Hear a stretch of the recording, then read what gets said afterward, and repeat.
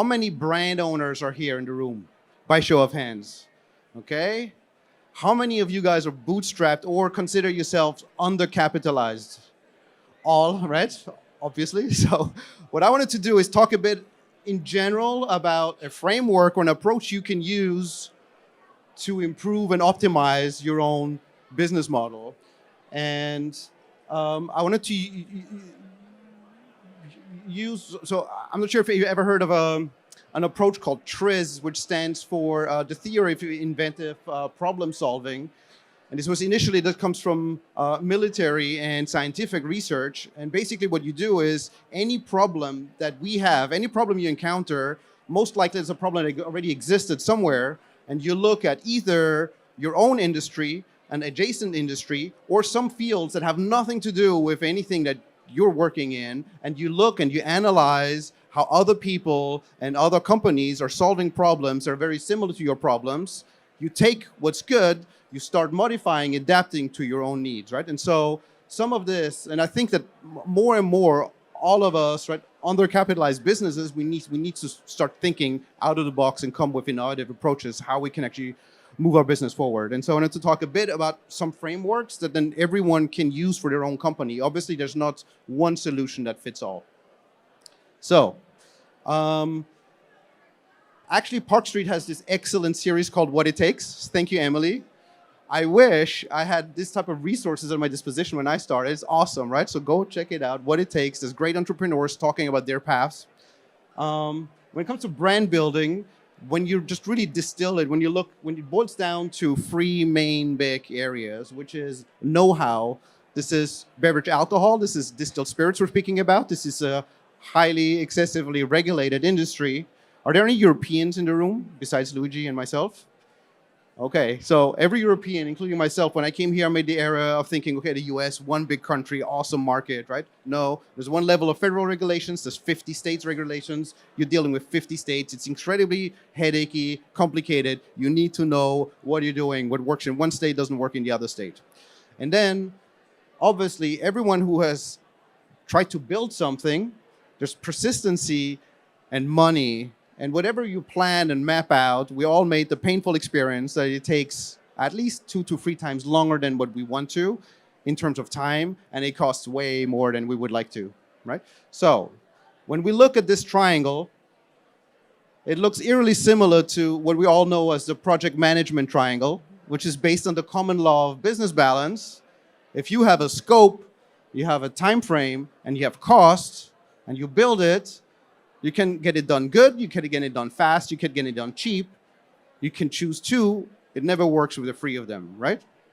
So what we're going to do is we're going to look very briefly into how can we actually optimize any of these. And then because we don't have unlimited time, we're going to pick one. So I'm going to talk about a few headlines, and then we're going to pick one of these issues, and we're going to do a bit of a deep dive into one of them. So when you start looking at the bigger picture and you want to optimize, the first thing, obviously, you need to know what you can change and what you cannot change. So just 2 sentences. If it's scope for distilled spirits, you can obviously look into geographic region, which region makes the most sense for you and your brand to launch. You can look at what sales channels you're going after. When it comes to the schedule, you can definitely fast track to certain milestones. You could crash the schedule. I'm not a fan of that, but you can do that. And what we're going to look at is we're going to look at the budget and how you can optimize your budget by sharing resources. And to do that, I'm going to talk just very briefly about my own brand and the thinking that went into what I did here. So this is Soley. Soley is basically a freshly pressed fruit juice to which we add 12% of alcohol as distilled from sugarcane. So this is classified as a distilled spirit. It has to go through all the regulatory sales channels of distilled spirits. But it's in terms of liquid, it's a little thicker in consistency. It's much more similar to a juice with a hint of alcohol rather than like a high-proof, hard liquor type product. And so when you have your brand, you start brand building, you start thinking about, okay, what are we going to do with this? It makes sense to think about, okay, what's your brand superpower? And in this case here, we went with extreme mixability. And so I'm going to show you guys what we started doing then. If you have extreme mixability and we want to share resources, well, It's not very complicated, right? We started teaming up with other brands. So from the get-go, from the launch, we teamed up with like-minded craft spirits brands, and we started doing what we call combo tastings. This is in the context of off-premise, mainly big box retail. So I moved from Europe through New York. I decided to launch in Austin, because it's a smaller city. Things are a little bit more cost-effective than doing things in New York, as everyone knows. And so doing combo tastings, the idea was to set up a win-win-win for every party that is involved. So on one side, if you have two brands, you put two brands on the same barrel, you share the cost of the activation. Obviously, the brands are happy. But then additionally, what you can do is you can actually keep the better tasting staff if you, A, pay a little higher above market rate, and B, if you manage to provide a steady stream of work, you can keep the better people.